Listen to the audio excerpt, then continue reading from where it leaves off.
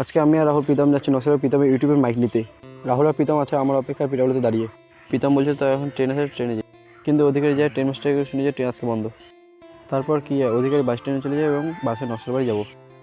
তারপরে বাস থেকে নেমে চলে গেলাম ডাইরেক্ট আমরা নকশালবাড়ি মার্কেটের ভিতরে। তারপর আমরা তিনজনে অনেকগুলি দোকান দেখলাম, কিন্তু প্রীতমের পছন্দ একটাও মাইক পেলাম না। তারপর প্রীতম বললো যে এখানে আর পাওয়া যাবে না, চল শিলিগুড়ি। তো আমরা একটি বছর পরে চলে গেলাম এবং শিলিগুড়ি যাওয়ার জন্য রওনা দিলাম। তারপরে প্রায় 2 ঘন্টা পর আমরা শিলিগুড়ি পৌঁছাইলাম। তারপরে আমরা জল খেয়ে নিলাম এবং আর বেশি টাইম না নষ্ট করে আমরা চলে গেলাম শিলিগুড়ি বিধান মার্কেটে। তারপর একটা দোকানে প্রীতমের পছন্দের মাইকটি পেলাম, কিন্তু সেটা একটা ছিল, কিন্তু প্রীতমকে লাগতো 2টা। তো ফাইনালি আমরা প্রীতমের যে পছন্দের মাইকটি ছিল মাইকটি ফাইনালি আনবক্সিং করে সেই মাইকটিকে নিয়ে চলে এসলাম। প্রীতম তো অনেক খুশি। তারপরে বস চলে গেলাম আমরা কিছু খেতে, সারাদিন জার্নি করে খুব খিদে পেয়ে গেছিলো।